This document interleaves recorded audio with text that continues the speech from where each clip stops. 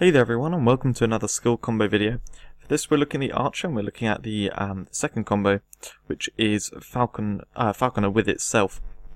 Now this is a feature which is in on a few skills. This one works slightly differently to the other ones though. So on dual wield, it's all about the skill runes, how they add an extra effect. Because dual wield is constantly active, what you can actually do is just flick through the different skill runes on there, and then all of their effects will be applied at once. You can also do this with barbed arrows, but since it's a toggle skill, what you can do is you can toggle on one of the types, so say scorching arrows, then you equip to shadow cannon, and then you toggle that on as well. You switch to Thor's arrow and you toggle that on as well, and then all three buffs are applied onto your basic attacks. This is definitely not intended, and it's kind of buggy, especially with the fact that shadow cannon is meant to cost more mana, and if you toggle on scorching arrows first, then you toggle on the other two, it will only cost the mana of one, the original one. But anyway, so I'm not going to feature those. I hope those get fixed at some point, especially the barbed arrows one, because that is ridiculously overpowered, and I've never really covered it before because I don't particularly want to. The dual wield one is definitely kind of buggy too. That shouldn't be in this.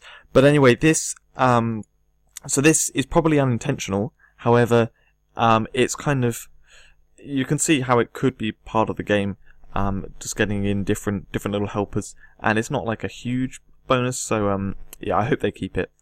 Anyway, so the way this works is actually with the reason why this has come to light is with the levels 10 to 99. So if you look here, the cooldown is 300 seconds, the duration is 300 seconds.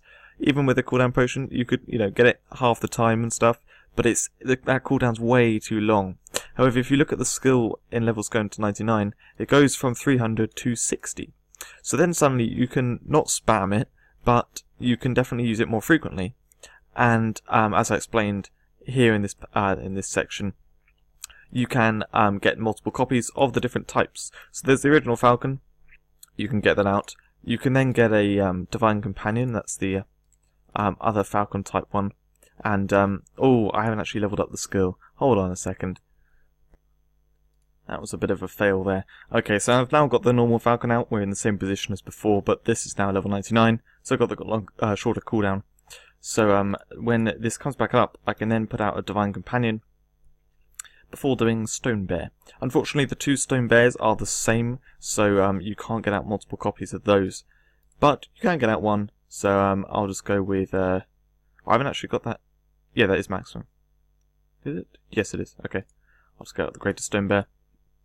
So wait for the cooldown, and obviously this takes ages at the start of the match, so at the start of the fight, challenge, whatever you want to call it, and it kind of requires a cooldown potion, otherwise you'll be waiting double the length. But it is quite cool, and a nice kind of combo effect going on, and the damage from them is actually fairly good, since pet damage has been buffed. So if you look at the damage output which they're doing, hard to see. Greater Stone Bear actually does an air of effect attack.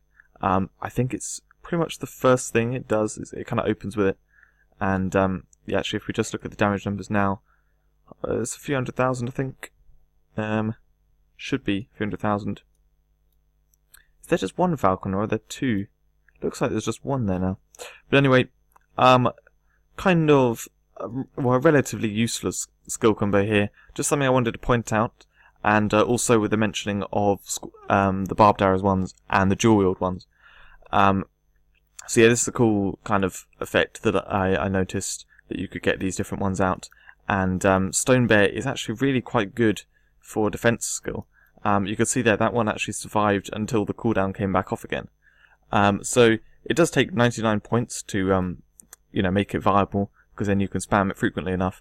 But having it there, it's kind of like a dragon in terms of tankiness. And yeah, so really quite a viable defense skill, just not the best one out there. And it does do damage too. You can see it's taking down the enemies, which is fairly nice. Yeah, for some reason I did lose one of the Falcons. I haven't actually seen that happen before. I don't know why that happened. I didn't actually notice when that happened. But yeah, anyway. You can see the damage output there from the pets. Fairly good. I did do some basic attacks though. Anyway, that's it. Pretty much. That's pretty much it for this video. So nothing really more I wanted to show.